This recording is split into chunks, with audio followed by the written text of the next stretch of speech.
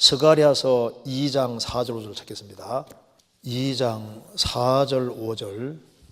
이르되 너는 달려가서 그 소년에게 고하여 이르기를 예루살렘에 사람이 거하리니 그 가운데 사람과 육축이 많으므로 그것이 성곽 없는 총락과 같으리라.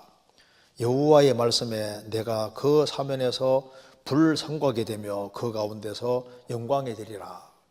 질문 내용은 스가랴 2장 4절 5절에 보면 아직 성전이 건축되기 전에 예루살렘을 향하여 스가랴가 예언하면서 예루살렘에 사람과 육축은 많은데 성곽이 없다. 그러나 여호와의 말씀에 내가 하나님이 그 사면에 불성곽이 되며 그 가운데 영광이 되리라고 말씀하십니다. 그런데 느헤미야 시대에 보면 성전이 있지만 성벽이 없어서 주변 이방 민족에게 잦은 약탈도 당하고 초라한 모습인 것을 듣고서 성벽을 지을 수 있게 해달라고 주님께 간절히 기도하는 모습이 나옵니다. 주님께서 그 사면에 불성곽이 되며 그 가운데 영광이 되어주시겠다고 스가랴에서 약속하셨는데 왜 느헤미야 시대에 그런 일이 있었나요? 동시대에 쓰여진 학개서를 보면 그들이 성전보다 자기 집을 세우기 더 무슨하여 성전 짓기를 차일피일 미뤘던 것을 책망하시는 내용이 나오니 그러한 그들의 불성실함이 그들 가운데 영광이 되어주겠다 하신 하나님의 영광을 가리웠다고 생각할 수도 있겠지만 하나님의 약속이라는 것이 때로는 사람과의 상호조약을 통해서 성취되기도 하고 때로는 하나님께서 사람에게 일방적으로 맺으시기도 하는 것 같은데 사면에 불성곽이 되어주시고 그 가운데 영광이 되어주시겠다는 약속을 이루어주시기 전에 이스라엘이 하나님께 먼저 지켜야 했던 약속이 있었던 것인지요? 이건 그걸 복잡하게 생각하지 말아요. 이게 무슨 말이냐면은 여기 보면은 지금 이스라엘이 바벨론 포로 잡혀갔잖아요. 그러니까 예루살렘 성전이 불타고 이스라엘 민족은 포로 잡혀갔습니다. 여기 이제 예루살렘이 이렇게 있으면은 이스라엘 민족이 1000km 넘는 바벨론에 지금 포로 잡혀갔다가 이제 이스라엘 민족이 돌아오게 된다 그 말입니다. 돌아올 때 하나님께서 이스라엘 백성들을 그전에는 말 안 들으니까 하나님이 손났으니까 이스라엘 민족이 비참하게 됐는데 이제는 하나님이 돌아오게 하시고 하나님이 역사하실 걸 말씀하시면서 지금 하는 내용이다 그 말입니다. 근데 이게 질문 내용이 자 이제 이스라엘 백성들이 돌아오니까 4절에 사람과 육축이 많으므로 성곽 없는 총락같이 되리라. 처음에는 돌아왔는데 예루살렘 성전도 불타고 성벽도 다 많이 부서졌으니까 이제 사람들은 많은데 촌락은 생겼는데 성곽 없는 촌락과 같이 되잖아요. 그러니까 굉장히 위험한 곳이 되는 겁니다. 보통 이제 도시가 형성이 되면은 옛날에 외침 같은 게 많으니까 보통 성곽이 딱 이렇게 있으면은 좀 안전하잖아요. 그러니까 성곽이 없을 때 하나님께서 그 사면에서 불성곽이 되며 그 가운데 영광이 되리라. 자, 이제 바벨론에 돌아오게 하는 게 하나님 뜻이니까 하나님께서 그들 가운데 거하면서 불성곽이 되어서 지켜주겠다 그런 약속입니다. 이게 뭐냐면 이거는 이 당시뿐 아니라 지금도 적용되는 정말 약속의 말씀입니다. 하나님이 이스라엘 백성들을 돌아오게 하는 게 하나님 뜻이니까 그 사면에서 하나님이 불성곽이 되어주니까 그들을 안전하게 도와주고 지켜주겠다는 약속인 거예요. 그런데 이 말씀하고 똑같은 걸 찾아봅시다. 시편 5편 찾겠습니다.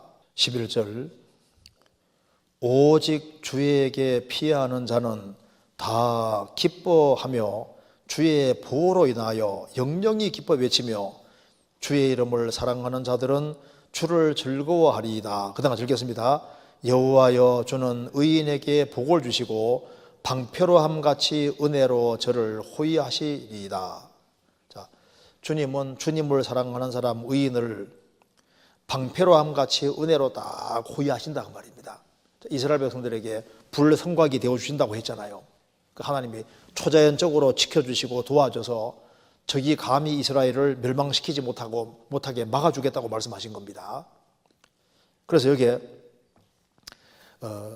이제 성전이 건축되기 전에 주님 돌아오게 하신다. 그래서 돌아오게 하셨습니다. 그래서 초자연적으로 보호해 준다는 대로 진짜 보호해 주셨잖아요.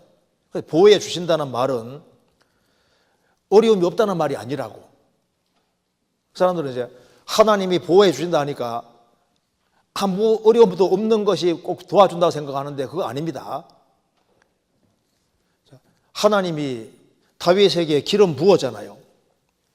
기름 붓고 하나님이 그를 일생 동안 도와주셨는데 도와주셨다는 말이 어려움이 안 생기는 게 아니잖아요. 어려움이 있지만은 주님이 방패랑 같이 다윗을 항상 도와주시고 인도해 주셨습니다. 이스라엘에게 불생각이 되어주니까 외침당하고 어려움도 있지만 하나님께서 불생각 되어주니까 이스라엘이 다시 바벨론 세대처럼 망하지 않게 딱 만들어 주셨잖아요. 그러니까 여기 불성곽이 되고 하나님께서 함께 하신다고 해서 어려움이 없는 게 아닙니다. 이스라엘 백성들이 이제 가나안 7민족과 전쟁하러 갈 때도 전쟁하는 속에서 죽었을까 안 죽었을까요? 죽었잖아요. 너희 중에 새로 결혼한 자가 있느냐? 돌아가라. 낙성식 한 자가 있느냐? 낙성식 못한 자가 있느냐? 돌아가라고 했잖아요. 왜? 전사하게 되면은 다른 사람이 그 집을 차지할 거 하노라. 전사를 한다고 말입니다. 그러니까 하나님이 도와주신다는 것은 어려움이 하나도 안 생기는 것이 도와주는 게 아니에요. 내가 어려움을 안 당하면 도와주는 거고 어려움 당하면 안 도와주는 겁니까? 아니잖아요. 그 하나님은 어려움 속에서도 힘을 주시고 초자연적으로 도와주시는 거예요. 성경 아가서 3장 찾겠습니다. 3장 6절. 연기 기둥과도 같고 몰약과 유향과 장사의 여러 가지 향품으로 향기롭게 하고 거친 들에 쏘는 자가 누구인고 이는 솔로몬의 연이라. 이스라엘 용사 중 60인이 웅이하였는데 다 칼을 잡고 싸움에 익숙한 사람들이라. 밤에 두려움을 인하여 각기 허리에 칼을 잡느니라. 여기에 이거 보세요. 이거 생각하면 아주 간단합니다. 여기 보면은 솔로몬은 왕궁에 있습니다. 술람 여인은 저 시골에 있어요. 시골에. 레바논 시골 쪽에 있습니다. 그래서 이제 서로 사랑 관계가 이루어져서 솔로몬이 이제 술람 여인을 데려오게 하기 위해서 연이 가마입니다. 이제 마차처럼 생긴 이렇게 가마인데 거기다 이제 술람 여인이 여기 이제 타고 이제 오는 거예요. 속에 이제 타고 오는데 이까지 오기 위해서는 많은 어려움이 있는 거예요. 그래서 여기에 이까지 솔로몬이 있는 곳까지 오기 위해서는 뭘 통과해야 되냐 하면은 6절에 거친 들을 통과하고 그 다음에 밤의 두려움을 통과해야 됩니다. 그리고 이제 사고가 생기면 안 되니까 배후에 솔로몬의 용사 60명이 옹이했다. 둘러섰다는 겁니다. 그리고 각기 허리에 칼을 찼다. 근데 이스라엘 용사 중 60인이 옹이하였는데 다 칼을 잡고 싸움에 익숙한 사람들이다. 그래서 술람 여인이 여기까지 와야 되니까 다 호위하고 갑니다. 호위하고 가는데 여기까지 올 때는 힘들어요. 왜?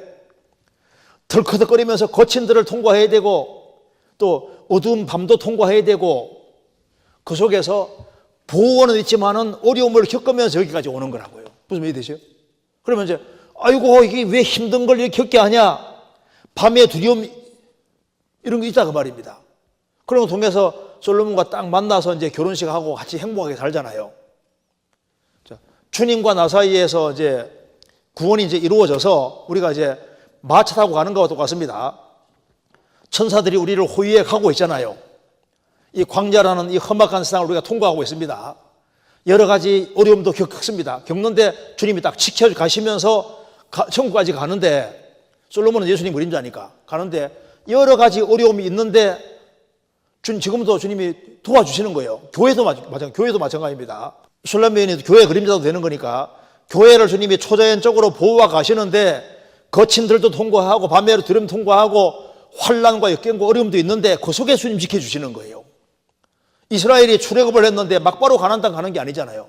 주님이 함께 하시는데 광야를 통과하고 거기에서 싸움도 있고 그런 속에서 지켜주시는 겁니다. 그래서 불성곽이 되어준다는 것 자체가 초자연적인 하나님의 보호와 역사가 있는 걸 말씀하시는데 그게 이제 하나도 어려움 같은 것을 하나도 안 당하는 게 아니에요.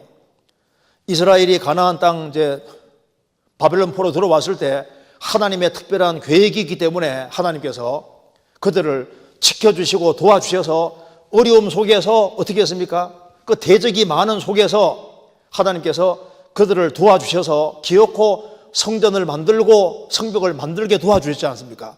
그게 바로 하나님이 불성곽이 되어주신 거라고. 많은 대적 어려움이 있는데 그걸 다 이겨나가게 만들어 주셨잖아요. 무슨 말이 되시죠? 그러니까 이게 불성곽이 되어주고 이렇게 한다는 것 자체가 무슨 어려움이 하나도 안 주어진다는 그런 말이 아닌 겁니다. 그래서 하나님께서 불성곽이 되어주는 곳 속에서도 징계할 것은 징계하고 그렇게 하면서도 주님 도와주시는 거예요. 하나님께서 함께 하시고 불성곽이 되어주겠다는 것은 내가 초자연적으로 도와주겠다, 지켜주고 도와주겠다는 말씀인 거예요. 그래서 지켜주고 도와주는 가운데 하나님께서 어려움도 통과하게 하시고 징계에 대해서는 또 이제 징계도 내리시고 그렇게 하는 속에서 지켜주시고 도와주시는 겁니다. 그래서 주님 초자연적으로 도와주니까 아무 어려움도 없고 이렇게 생각하면 안 된다 그 말입니다. 또 나머지 내용은 다 이제 그런 이제 그 뒤에 내용은 다 이제 이걸 한쪽으로만 생각해서 그렇다고 할 수 있습니다. 자, 이제 이렇게 이제 그런 내용이니까 뭐 다른 것은 금방 이해되시죠?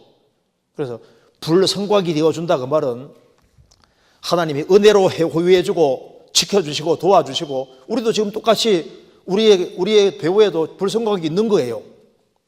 내가 진리 가운데 행할 때 구원받은 사람 배후에 불성곽이 있는 거라고. 교회 배후에도 불성곽이 있는 거라니까요. 예수님 공생애 당시에도 하나님 아버지가 불성곽이 되어주신 거라고. 그럼 예수님 공생애 당시에 어려움이 많았지 않습니까?